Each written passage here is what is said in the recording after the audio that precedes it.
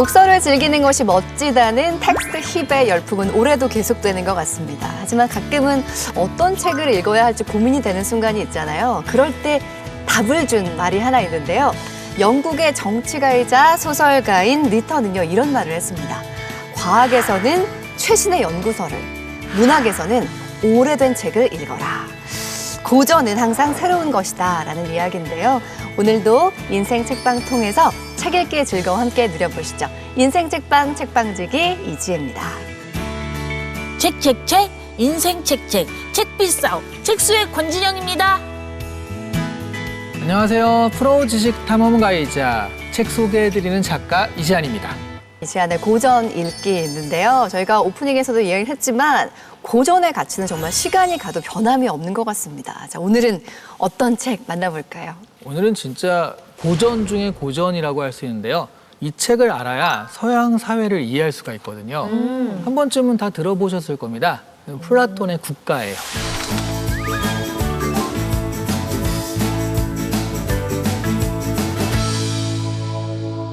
국가. 플라톤의 표정 안 좋아지시는데요. 근데 네. 플라톤 하면은 저는 소크라테스, 아리스토텔레스 네. 이런 분들이 다 묶음으로 떠오르는 건 왜일까요? 소크라테스의 제자가 플라톤, 플라톤의 제자가 아리스토텔레스. 아리스토텔레스. 이렇게 다 사실관계로 엮여져 있고요. 이렇게 생각하시면 돼요. 그러니까 소크라테스가 뭔가 철학은 이런 것이다를 막 퍼뜨린 사람이다라고 네네. 하면 우리나라로 치면 고구려를 건국한 주목, 이걸 굉장히 강성하게 막 퍼뜨린 사람이 플라톤입니다. 그래서 고구려로 치면은 광개토 대왕, 그렇구나. 영토를 확장한 거죠. 오, 느낌 있네요. 그거를 체계적으로 탁탁탁 정리한 왕이 장수왕이잖아요. 차곡차곡 정리해서 사람들한테 알려준 게 아리스토텔레스입니다. 야, 고대 그리스 철학자의 관계를 굉장히 쉽게 설명을 해주시니까 느낌이 확 오는 것 같아요. 네. 그만큼 서양 철학에 있어서 플라톤의 역할이 굉장히 중요했다는 이야기로 들리네요. 소크라테스는 플라톤이 없었으면 우리가 몰랐을 수도 있어요. 그러니까 왜 그러냐면 소크라테스는 글을 남기지 않았거든요. 소크라테스의 저작이 없습니다. 근데 여기 보면 뭐 그 소크라테스가 막 이야기하는 장면들이 나와요. 네네네. 그래서 플라톤의 저작인데 여기에 소크라테스 얘기도 들어가고 플라톤의 얘기도 들어가고 이렇게 좀 섞여 있는 경우도 있습니다. 지난번에 우리가 논어 이야기할 때처럼 공자왈 한 것처럼 제자들이 한 이야기군요. 맞아요. 제자 없으면 큰일 날 뻔했네. 그러니까요. 네. 그러면 이 오늘 말씀드리는 플라톤의 국가가 네. 과연 어떻게 서양사의 의미를 가지게 됐는지 첫 번째 포인트로 좀 살펴보도록 할게요.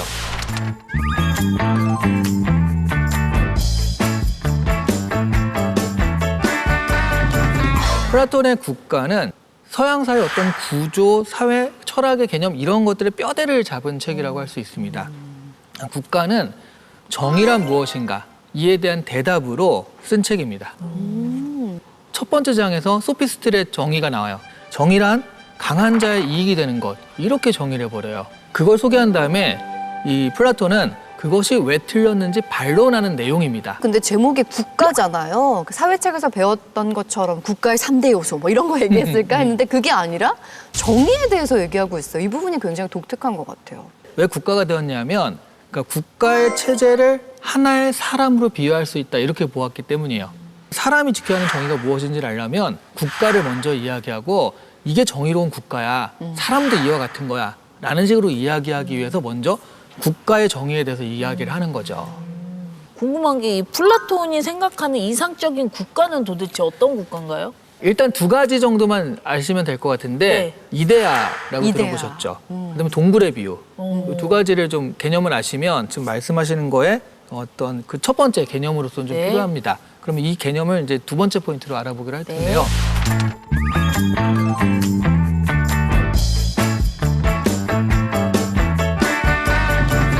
제가 어저께 책상에 올라가서 춤을 추었어요. 책상이 어떤 모습이었어요? 그냥 우리 고등학교, 중고등학교 때 있는 그 그런 걸상 책걸상이요. 이런 거 네. 이런 거. 혹시 그러면 굉장히 지저분했을 것 같아요. 네. 이게 사실은 제가 책상이라고 말했을 때 뭔지 알아들으셨잖아요. 네. 네. 책상이라고 했을 때 그 본질적인 거. 그러니까 책상은 이런 거야라는 어떤 본질적인 개념이 있잖아요. 그거를 우리가 이데아라고 할 수 있습니다.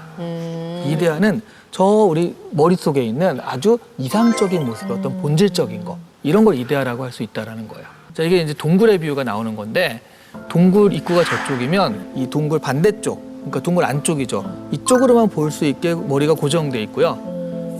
실제 사물들은 저 동굴 밖에 있거든요. 새가 날아가잖아요. 그러면 우리는 그 햇빛 때문에 새겨진 그림자만 보게 됩니다. 이게 아까 이데아예요. 저 새가 본질인데 우리는 그건 못 보고 그림자만 보거든요. 그래서 동굴의 비유 같은 경우에는 동굴만 이렇게 보다가 보면 어떤 사람이 가끔 고개를 돌려서 밖을 보거나 밖에 나갈 때가 있거든요. 돌아온 사람들이 사실 진짜 책상은 이렇게 생겼어요 라고 아무리 얘기를 해봤자 이 사람들은 그림자로만 봤으니까 이게 진짜다라고 해도 에이 저 뭐 말도 안 되는 소리를 하고 있어 이렇게 오히려 무시를 당합니다. 답정너구나. 이데아라는 걸 본 적이 없으니까. 그래서 사실은 그 철학자들이 그 이데아를 본 사람들이라는 거예요. 국가도 철학자가 통치해야 된다. 이게 철인 통치론이 되는 겁니다. 이데아 그리고 동굴의 비유, 철인 정치론 이렇게 쭉 연결되는 이야기들인 거예요.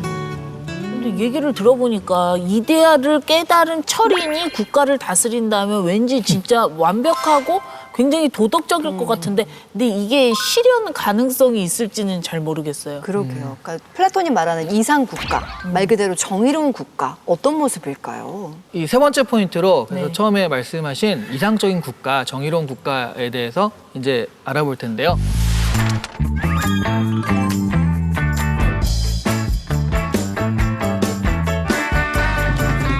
왜 너는 노예로 태어났고 왜 너는 왕으로 태어났고 너는 귀족이냐라고 했을 때 각자 맡은 직분대로 태어난 신분대로 그대로 서로를 넘보지 않고 살아가는 사회 이런 것들이 이제 정의로운 사회인 거죠 오히려.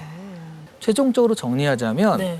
철학적 소양이 있는 군주에 의해서 조화롭고 올바르게 그리고 개개인의 직분을 성실하게 수행하는 국가 이게 이제 최종적으로는 플라톤이 얘기하는 정의로운 국가입니다. 그러면 나는 노예로 태어나서 어쨌든 그게 정의로운 국가라면 평생 밭을 갈고 살아야 되는 거잖아요. 나는 그러면 무슨 현실의 유익이 있어? 라고 했을 때 플라톤의 국가에서는 그렇게 살면은 나중에 네가 죽은 다음에 어떤 보상이 있을 것이다. 이렇게 얘기를 해요. 이거 어디서 많이 들은 얘기 같지 않습니까? 네. 천국과 지옥이란 개념이 사실은 여기서 거의 처음 나오는 거예요. 굉장히 진지하게 들어봤는데 우리가 새해 되면서 몸 건강해진다고 운동하잖아요. 네. 제대로 머리를 굴리면서 두뇌 트레이닝을 하는 느낌이 근육이 많이 들었습니다. 붙었다니까 지금. 근데 어떻게 보면 이렇게 끊임없이 우리를 생각하게 하는 것이 고전의 가치이자 매력이 아닐까 싶은데요. 자, 고전 읽기를 통해서 계속해서 우리가 두뇌 트레이닝 할 일이 많아졌으면 좋겠습니다. 네. 다음 시간도 기대해 볼게요.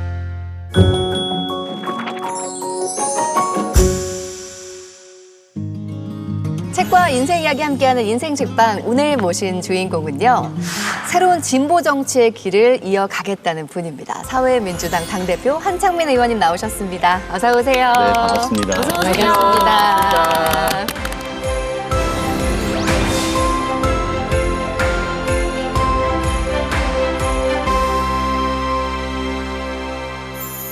사회민주당이 지난해에 창당을 했는데요. 네. 어떤 당인지 궁금해하는 분들이 많이 계실 것 같아요. 사회민주당을 한마디로 얘기하면은 민주주의를 통해서 자유와 평등의 가치를 높이는 그런 정당이다 해서 사회민주주의라는 이제 북유럽 복지국가를 만든 나라들의 기본적인 이념 체계가 있습니다. 그것을 한국의 21세기에 제대로 천착시키자 이런 마음으로 만든 정당이기도 합니다. 네. 진보 정당의 전통을 이어가고 있는 정당 중에 하나다 이렇게 이해를 해주시면 좋을 것 같습니다. 오늘 제가 궁금해가지고 네네. 이제 홈페이지에 들어가 봤거든요. 네. 근데 당 캐릭터가 굉장히 귀엽더라고요, 의원님. 네, 얼굴의 의미가 뭘까요? 우리나라 정당에서는 상징적인 그 동물이 없습니다. 그래서 저희가 이번에 창당을 하면서 다른 나라의 정당처럼 좀 상징하는 동물을 마스코트 형식으로 만들자 해서 당원들이 의견을 내서 만들었고요. 이 돌고래는 우리나라가 거대 양당 체계로 되어 있기 때문에 고래 싸움에 새우등 터지는 이런 것이 아니라 큰 고래 사이에서 민심의 바다에서 자유롭게 유영하면서 현명하게 국민들 곁을 지키자 이런 뜻으로 만들었습니다. 오, 좋으네요. 너무 정말. 멋지네요. 네. 네. 그래서 애칭도 있습니다. 네. 국민의 곁에서 민생과 민주주의를 지키는 든든한 역할을 하자 해서 든든이라는 이름이 있습니다. 아, 든든하네요, 정말. 자, 비록 뭐 소수 정당이긴 하지만요. 22대 국회에서 든든한 역할을 묵직하게 해주실 거라 믿으면서 자, 오늘 한창민 의원님의 인생책을 만나볼 시간인데요. 오늘 가져오신 책은 굉장히 묵직한 책을 가지고 오셨습니다. 바로 신영복의 엽서라는 책입니다. 어떤 책인지 먼저 만나볼까요? 시대의 지성, 신영복 선생의 엽서는 감옥으로부터의 사색의 육필 원본을 영인본한 것인데요. 20년의 감옥 생활을 하며 화장지며 엽서에 한자 한자 눌러 쓴 글은 세월의 깊이와 감동이 가득합니다. 우리의 삶에 던지는 묵직한 울림, 신영복의 엽서를 만나봅니다. 네, 신영복의 엽서. 제가 알고 있는 엽서 중에 가장 두툼한 엽서, 그야말로 엽서의 모음이라고 할 수 있을 것 같은데 우리 두 분은 어떻게 이 책 읽으셨어요? 아, 이 책 제가 너무 좋아하는 책인데, 이게 무게가, 진짜 너무 든든해가지고. 근데 왜 이게 감옥에서 쓰는 편지잖아요. 그럼 감옥이라고 하면 약간 좀 너무 우울하고 쓸쓸하고 슬플 것 같은데, 내용 자체가 어찌나 또 따뜻하든지, 요거 들고 다니면 핫팩 필요 없겠더라고요. 무거운 핫팩. 어떠셨어요, 작가님? 일단 그림도 너무 귀여웠어요. 네, 네. 그림도 너무 잘 그리시고. 근데 사실 요즘 들어서 필기체 본 적 있으세요? 아니요, 너무 귀하죠. 그쵸. 네. 누가 육필로 쓴 그걸 본 적이 없잖아요. 네. 저는 처음에 읽기가 힘들더라고요. 그리고 왜 이렇게 한문을 또 많이 섞어 쓰셔가지고 처음에 진짜로 솔직히 좀 감흥이 없었어요. 근데 어느 파트에서 했냐면 청구의 추억 아시죠? 청구의 추억. 네. 그게 원래 감옥으로부터의 사색에 없었다가 이 엽서에 처음 실리고 그래서 감옥으로부터의 사색 증보판에 들어간 거거든요. 그 원본 엽서를 영이라면 본이니까 그래서 그걸 원본으로 본다라는 그것 때문에 남다른 감동, 아우라 이런 것들이 확 밀려오면서 그 다음부터는 굉장히 좀 재밌어지더라고요. 네. 저는 남의 편지 훔쳐보는 느낌이 들어서 예. 굉장히 반가웠는데 이렇게 보면요. 너무 재밌는 게요. 용건만 간단히 긴 요망함 이런 검열도 볼 수가 있습니다. 이렇게 글씨를 보면 그 사람을 알 수가 있다고 하는데 고쳐 쓴 글씨가 거의 없다는 것도 전 좀 놀라웠어요. 한 글자 한 글자 얼마나 소중하게 정성 들여 쓰셨는지를 볼 수 있었는데요. 우리 의원님께서는 이 책을 언제 처음 접하게 되셨는지 궁금해요.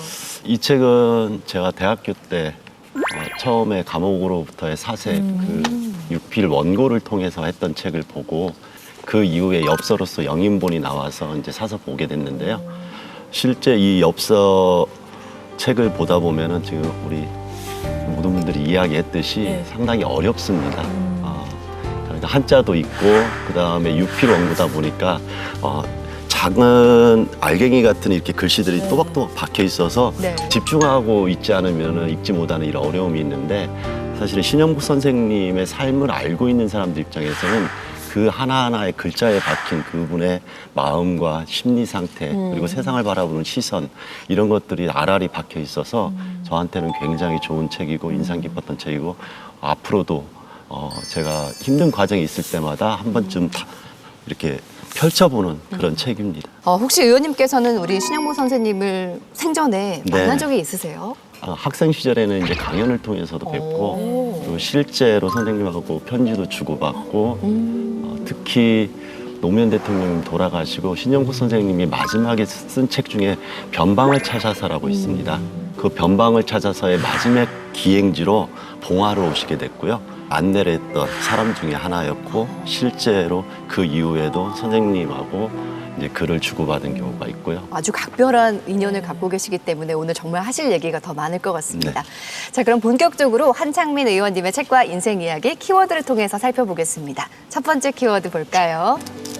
네, 첫 번째 키워드는 바로 감옥에서 보낸 편지입니다.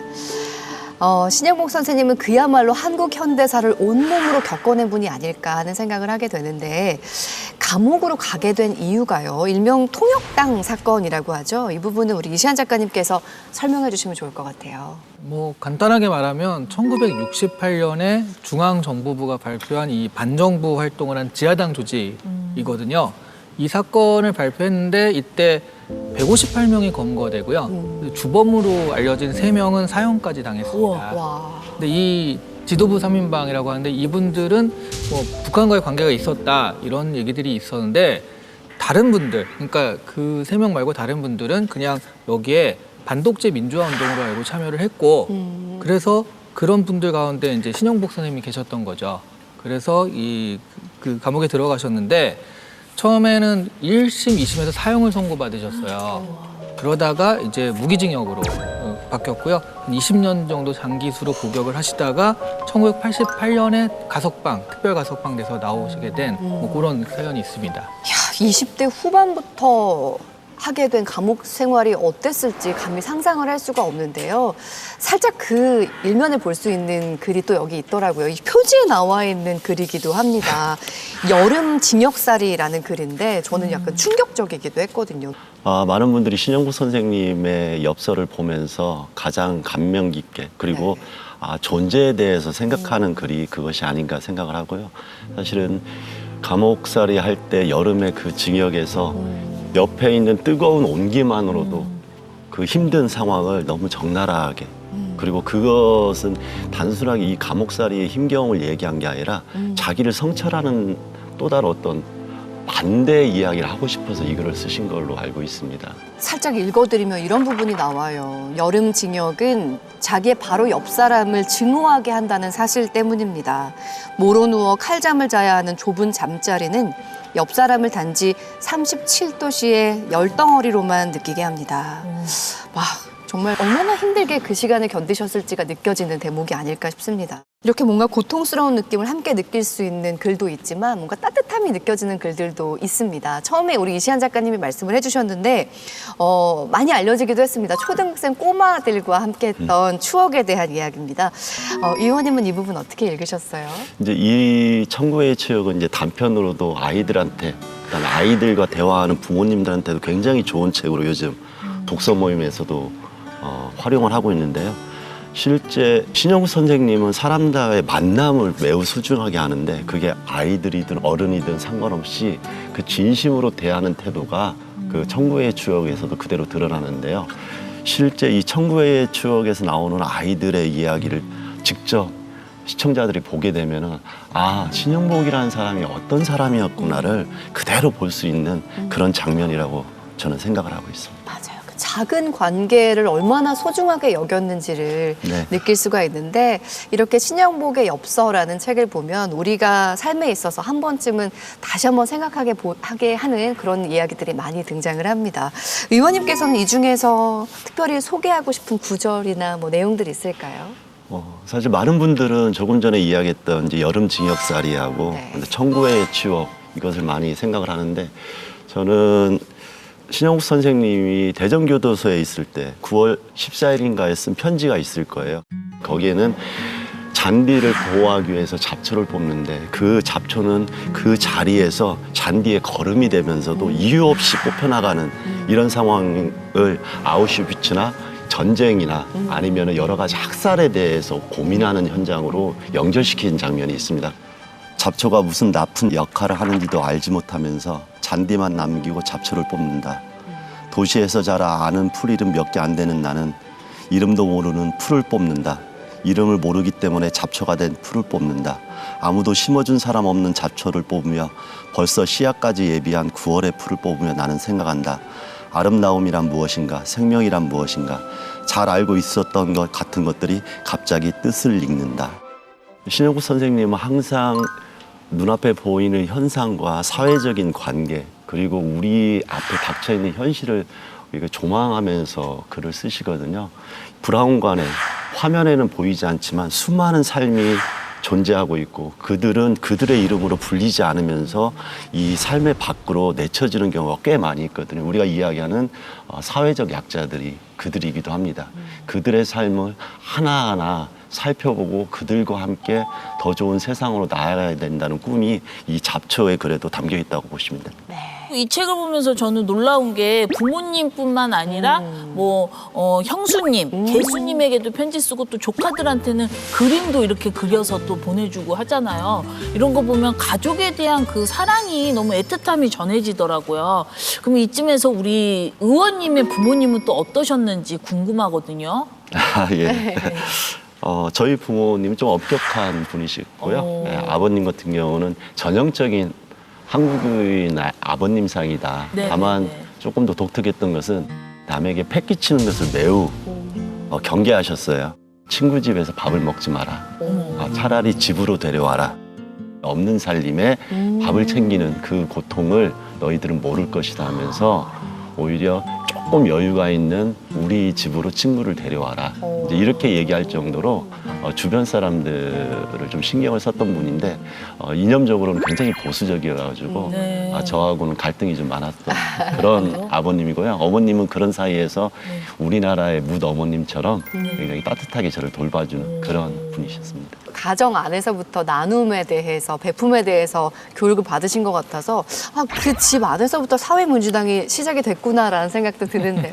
오히려 아버님이 굉장히 보수적이다 보니까 그 반발에 조금 더 진보적인 사상에 가까워지지 않았나. 그래서 이제 아버님과 생각은 달랐지만 그래도 주변 사람들과 어울려서 살아야 된다는 네. 그 가치지향은 비슷한 것 같습니다. 근데 보통은 그 자식이 이기는 부모는 없다고 하던데 네. 이 선거에 나오셨을 때 그러면 소신대로 아버님이 투표를 하셨을까요? 이번에 22대 국회에 등원하는 것까지는 못 보고 당선된 모습을 보고 돌아가셨습니다. 네. 근데 그 전까지 아버지가 저하고 시각이 워낙 다르셔서 제가 어떤 정치를 하더라도 제가 원하는 투표를 하지 않으셨고요. 마지막에 한 번 자기의 소신을 꺾고 투표를 했다고 자랑 삼아 말씀을 하시더라고요. 그것은 네. 본인의 아니라 이제 자식을 위한 마지막 한 번의 선택을 보여준 거라고 저는 보고 있습니다. 네, 그런 아버님의 응원이 있었기 때문에 더 묵직하게 책임감을 느끼실 것 같습니다. 네. 자, 우리 한창민 의원님과 함께 책과 인생 이야기 나눠보고 있습니다. 자, 두 번째 키워드는 바로 관계의 철학입니다. 신영복 선생님의 감옥에서의 사색이 담긴 엽서는요, 관계에 대한 이야기가 전부가 아닐까 하는 생각을 하게 되는데요. 의원님께서는 이 관계의 의미에 대해서 어떻게 생각하세요? 저는 사람 사는 모습이라고 생각을 합니다. 네. 모든 사람들이 개인적인 어떤 욕망이나 삶을 추구하긴 하지만 모든 관계 속에서 형성되는 사회적 동물이기 때문에 나만을 위해서 살 수 없는 그런 상황이라고 저는 보여지고요.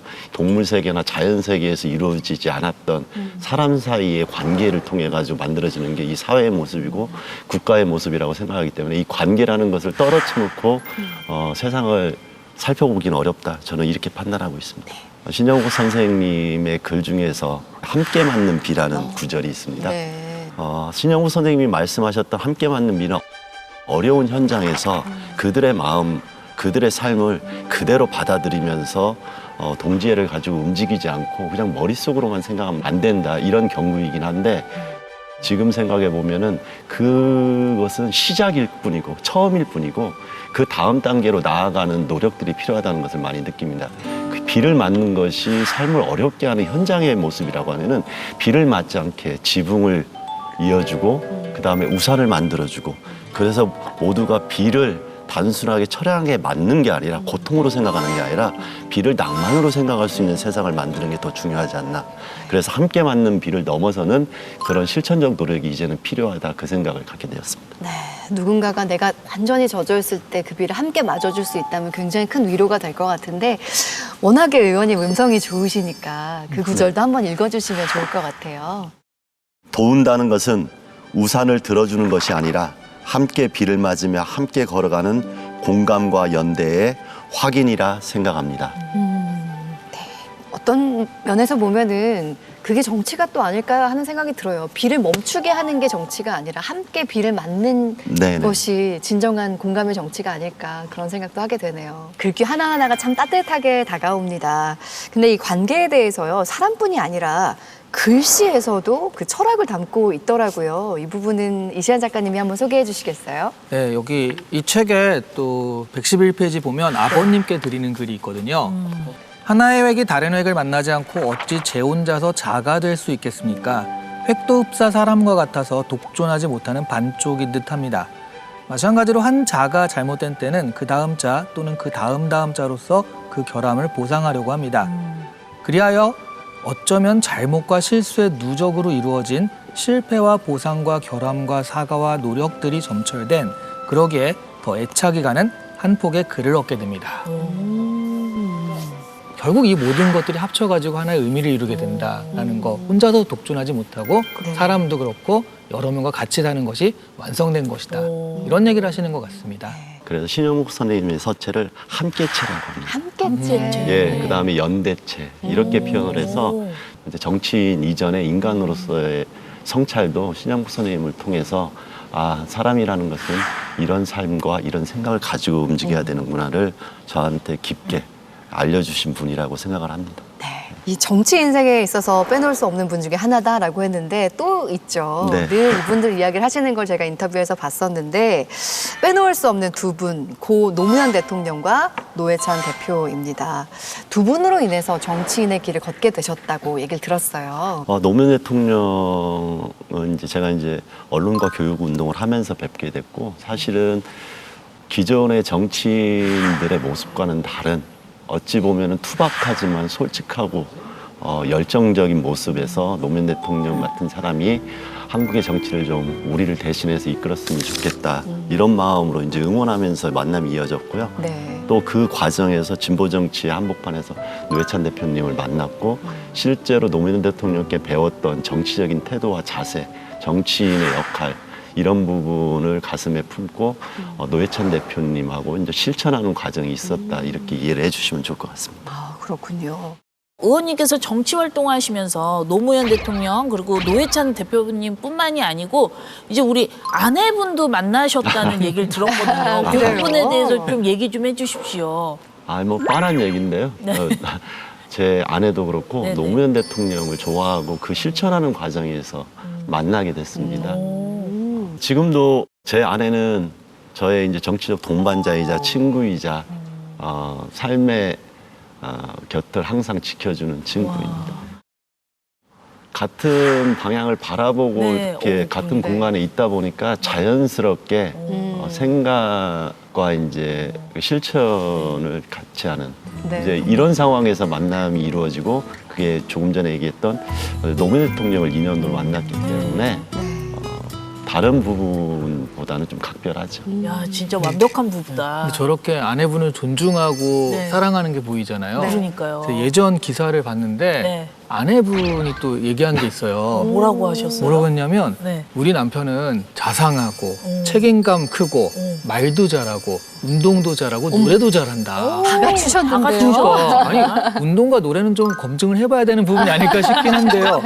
엄청 자랑을 많이 하셨더라고요. 실제로 본인이 그러신 분인가요? 아니면 아내분이 콩깍지가 너무 심하게 씌우신 건가요? 뭐 콩깍지이기도 한데 거의 절반은 사실입니다. 야, 어떻게 노래 한 소절 달라고 하면은 그렇죠. 아니면 운동을 보여주시거나.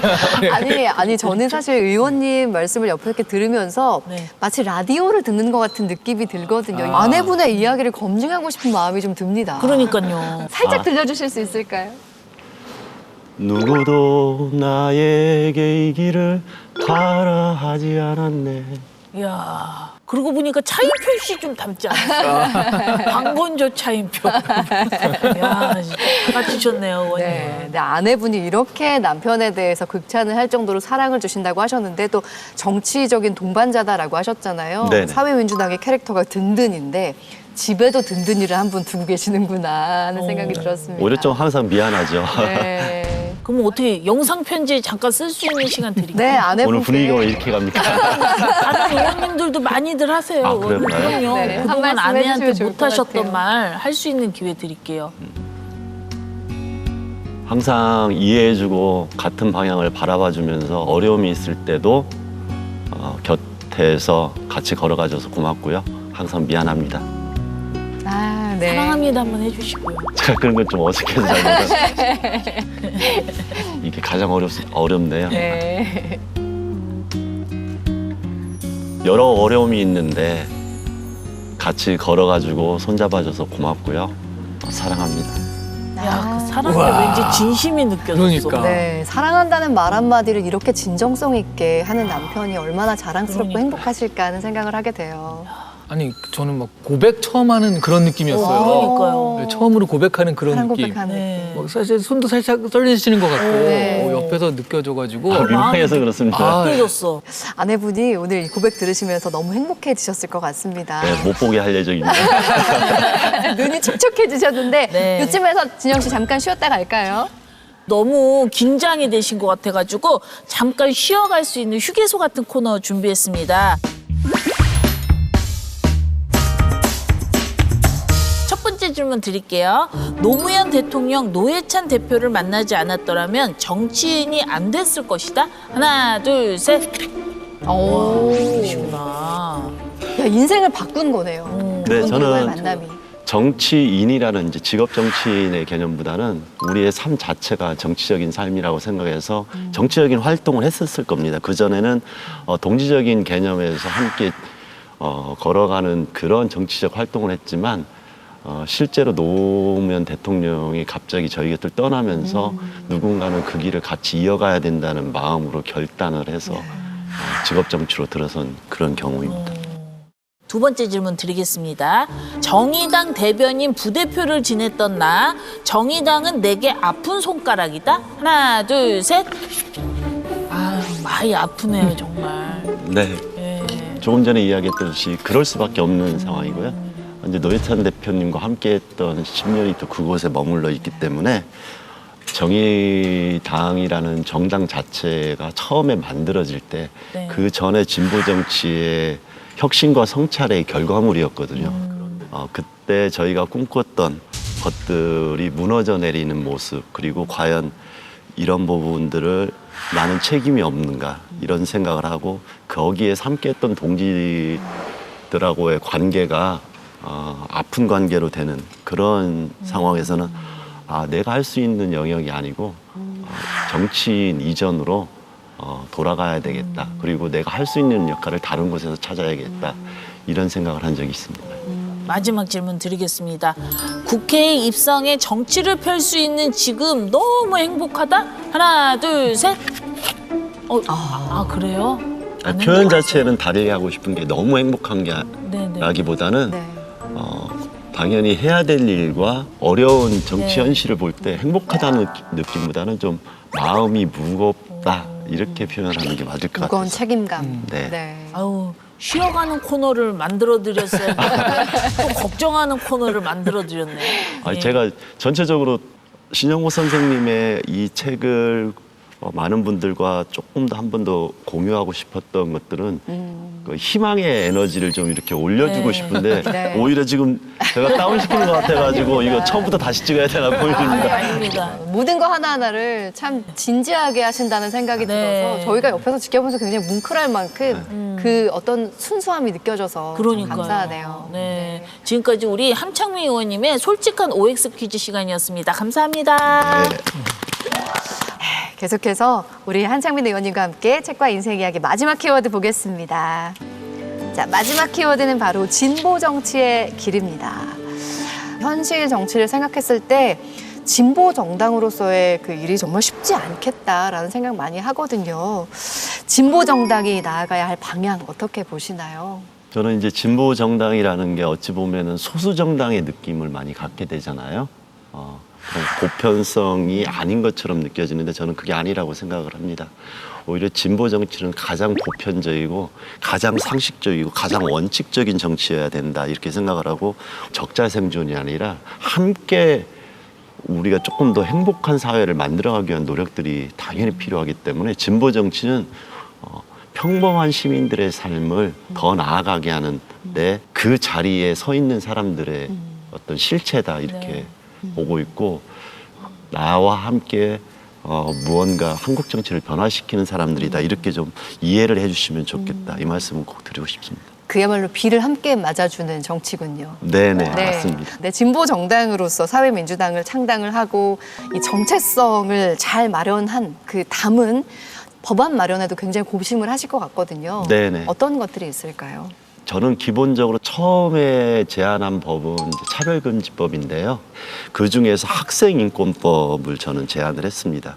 여전히 선생님들과 학부모, 학생들이 시각이 좀 다양하게 갈리고 있는데 학교는 우리 모두의 것이거든요.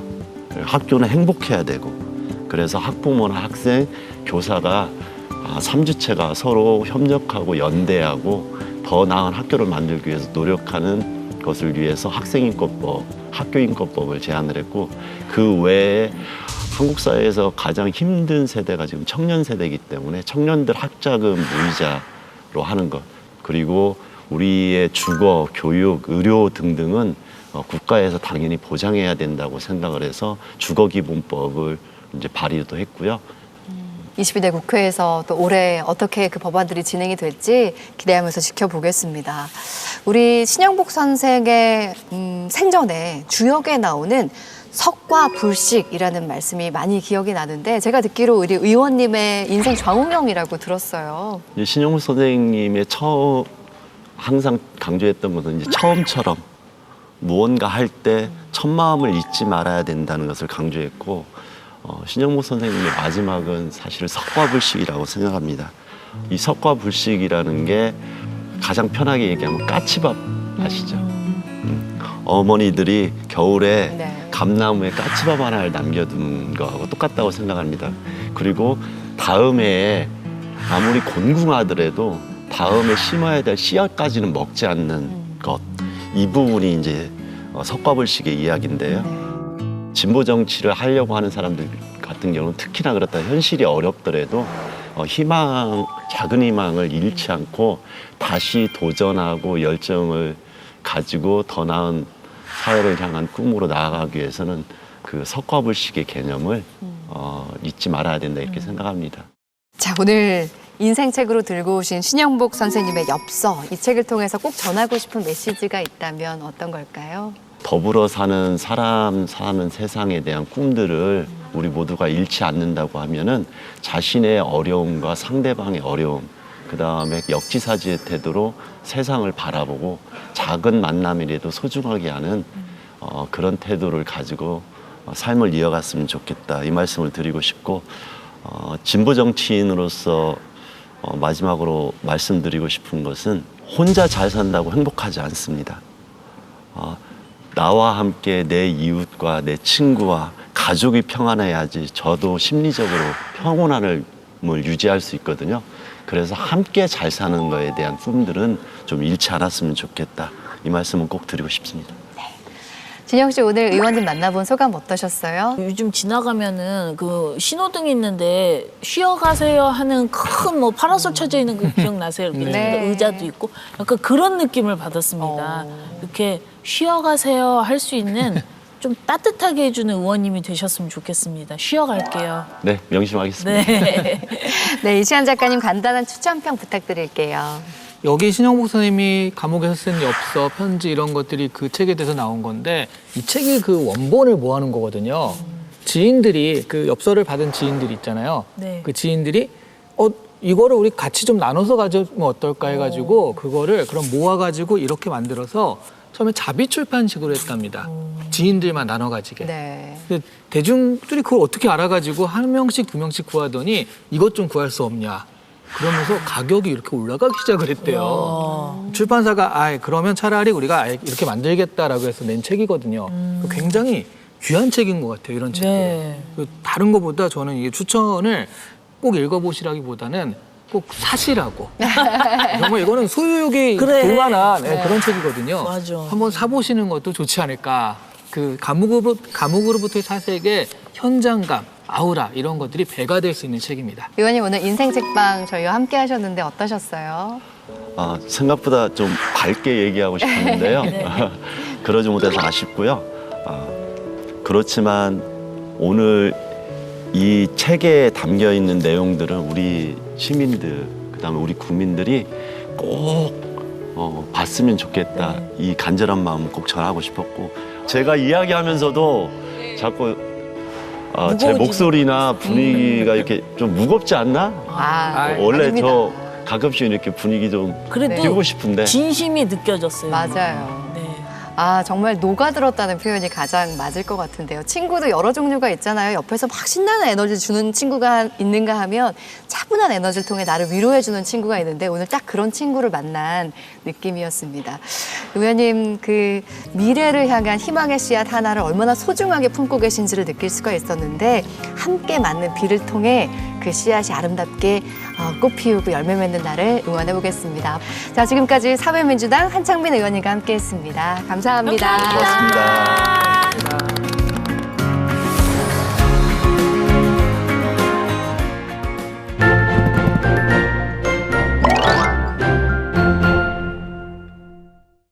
사람, 사물, 장소 모든 것에는 고유한 호칭, 저마다의 이름이 있죠. 여러분은 이런 단어들, 이름들이 어떻게 생겨났는지 깊이 생각해 본 적 있으신가요? 오늘은 다양한 이름이 품고 있는 숨은 이야기를 소개할까 하는데요. 국회도서관과 함께하는 화제의 도서도 많은 기대 부탁드리고요. 그럼 먼저 이름에 담긴 흥미진진한 이야기들부터 만나볼까요? 미르벌, 달천, 끝말, 다순구미. 혹시 이런 단어 들어보신 적 있나요? 모두 우리 땅을 가리켰던 옛 이름들인데요. 책 지명발견록은 한자어로 굳어진 지명 속에 숨겨진 우리 고유의 땅 이름을 찾아 떠나는 흥미로운 인문학 여행기입니다. 예를 들어 경상남도 밀양은 원래 미르벌이라 불렸는데요. 이는 물이 질펀한 들녘이라는 뜻이었다고 합니다. 이것이 한자어로 바뀌면서 비밀스러운 빛이라는 엉뚱한 뜻으로 왜곡되었다고 하네요. 심청전의 배경무대인 인천광역시 옹진군의 백령도는 고구려 시절 혹도라고 불렸는데요. 혹도는 고니섬 또는 따오기섬이라는 뜻이고요. 고려 태조 23년에 이르러 지금의 백령도라는 이름을 갖게 되었다고 합니다. 하지만 옹진군 안내서에는 혹도가 곡도라고 표기되어 있는데요.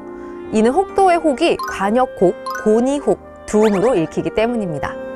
그렇지만 백령도의 백령이 흰 새털을 뜻한다는 점에서 새와 관련된 혹으로 보는 게 더 자연스럽겠죠? 이처럼 책은 전국 곳곳을 누비며 우리 땅 이름의 뿌리를 찾아 그 속에 담긴 조상들의 지혜와 삶을 생생하게 보여주는데요. 우리 지명에 담긴 이야기를 통해 우리의 뿌리는 되새기고 우리 땅에 대한 애정을 키우는 특별한 여정에 여러분도 동참해보는 건 어떨까요? 밥 먹었니? 이 말 여러분은 얼마나 자주 하고 또 들으시나요? 책 우리 음식의 언어는 음식의 이름에 담긴 이야기를 국어학자의 시선에서 들여다본 책인데요. 가장 먼저 살펴볼 단어는 이제는 한국인에게 인사말이 되어버린 밥입니다. 재미있게도 밥이란 단어는 전국 어디를 가든 똑같이 밥. 지역 방언을 아무리 뒤져봐도 다른 말로 부르는 곳이 없습니다. 그만큼 우리 민족에게 밥은 일편단심의 단어인 거고요. 한편 집밥이라는 말은 밖에서 식사하는 일이 많아지면서 생긴 단어라고 하는데요. 가정에서 함께하는 식사가 줄어든 현대사회의 모습을 보여주는 것 같아 안타깝기도 합니다. 또 부대찌개는 어떨까요? 동서양의 다양한 재료가 한 냄비에 어우러진 이 음식은 여러 나라의 재료와 조리법이 어우러져 탄생했다고 하는데요. 이름을 딱히 붙일 게 없어서 미군 부대 주변에서 만들어졌다고 해서 부대찌개라고 부르게 되었고요.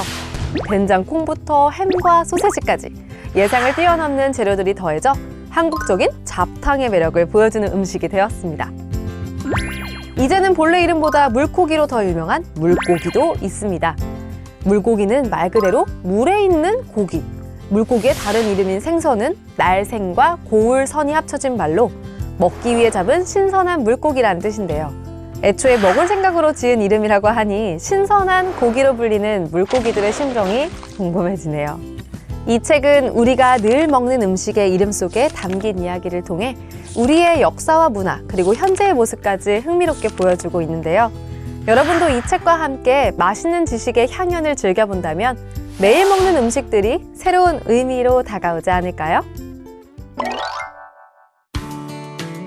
시즌2가 공개되면서 연일 화제를 모으고 있는 드라마 오징어 게임. 전편에서 선보였던 추억의 음식 달고나 혹시 기억하시나요? SNS 등을 통해 달고나 뽑기에 도전하는 외국인들이 폭발적으로 늘면서 세계적인 놀이가 되었죠. 설탕에 베이킹소다를 넣어서 만드는 이 간식은 뽑기, 따기, 쪽자, 그리고 똥과자까지 정말 다양한 이름으로 불리는데요. 이야기가 있는 방언사전은 달고나처럼 같은 것을 다르게 부르는 전국의 재미있는 방언을 소개하며 그 속에 담긴 이야기를 들려주는 책입니다. 먼저 명절에 즐기는 전통 민속놀이, 연날리기의 방언부터 만나볼까요? 수많은 연 중에서도 가오리 연은 세계적으로 가장 대중적이고 날리기 쉬운 연이라고 합니다. 이 가오리 연은 지역마다 다르게 불렸는데요. 제주에서는 가골라비나 개골내기로, 전남에서는 간제비나 빤닥지연으로, 경상도에서는 뱀대가리로 불렸다고 하네요. 비는 내리는 시간과 속도, 양에 따라 다양한 이름으로 불립니다. 날비, 구준비, 보슬비, 장대비, 여우비에 참비까지. 우리는 참 많은 이름으로 비를 표현하고 있죠. 그중 가늘게 내리는 비를 가랑비라고 부르는데 지역마다 특별한 이름이 있다고 합니다. 경남에서는 이슬거지, 한북에서는 안개오좀이라는 재밌는 이름으로 부른다고 하네요. 이 책은 단순히 방언의 뜻을 설명하는 데 그치지 않고 각 방언의 유래와 역사, 관련된 설화와 문학작품, 그리고 실생활에서의 사용 예까지 다양하게 소개하고 있는데요. 우리의 소중한 언어 문화 유산인 방언. 이 책과 함께 재미있게 배워보는 건 어떨까요? 국회도서관과 함께하는 화제의 책. 첫 번째로 소개할 책은 생각의 역사입니다. 이 책은 원시시대 동굴에서 오늘날 첨단 기술 시대까지 인류의 사고가 발전해온 여정을 담았는데요. 과거부터 지금까지 세상을 이해하고 새로운 지식을 만들어온 혁신적인 아이디어의 역사를 보여주고 있습니다. 다음으로 소개할 책은 세계적인 디자이너 토마스 헤더윅의 책, 더 인간적인 건축인데요. 우리를 둘러싼 건축물이 인간에게 미치는 영향을 탐구하는 책은 현대 건축물의 단조로움을 비판하며 신경과학과 인지심리학을 결합해 더 나은 도시 설계를 제안하고 있습니다. 마지막으로 소개할 책은 아프리카의 미래를 읽다입니다. 남아프리카 특파원으로 활동했던 저자는 한국과 기회의 땅으로 주목받는 아프리카가 함께 성장할 수 있는 길을 제시하고 있는데요. 아프리카를 더 이상 원조의 대상이 아닌 밝은 미래를 공유할 동반자로 조명하고 있습니다. 이름 하나하나에 담긴 역사와 문화, 그리고 그 속에 숨겨진 이야기들. 우리가 무심코 지나쳤던 일상의 단어가 이런 흥미로운 세계를 품고 있다니 놀랍지 않으세요? 다음 시간에도 여러분의 일상에 새로운 발견과 깨달음을 주는 책으로 다시 찾아뵙겠습니다. 감사합니다.